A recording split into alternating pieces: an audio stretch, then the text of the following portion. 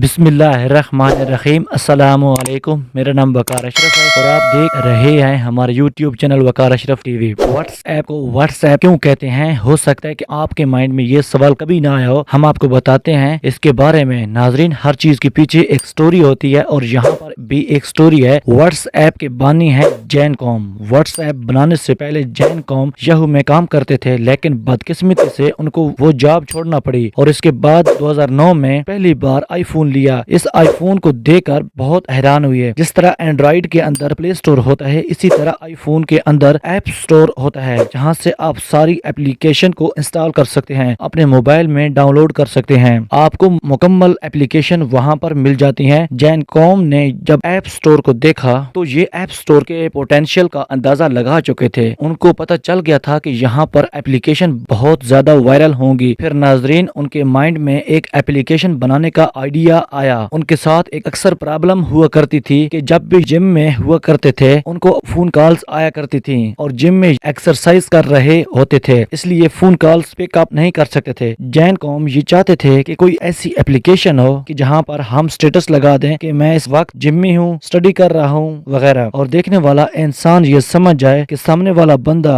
Gym में है, study कर रहा है या कहीं और है। नाजरीन, व्हाट्सएप का मतलब उर्दू में होता है क्या कर रहे हो, जिंदगी में क्या चल रहा है, क्या हो रहा है। इसीलिए जैन कौम उस वक्त ये चाहते थे कि लोगों को व्हाट्सएप पूछना ही ना पड़े, लोगों को दूसरे इंसान से ये पूछना ना पड़े कि तुम क्या कर रहे हो, बल्कि दूसरे इंसान अपने स्टेटस के जरिए दूसरे को खुद ही बता दें कि वो क्या कर रहा है। इसीलिए उन्होंने अपने ऐप का नाम व्हाट्सएप रख दिया, जो कि व्हाट्सएप को खत्म करता है।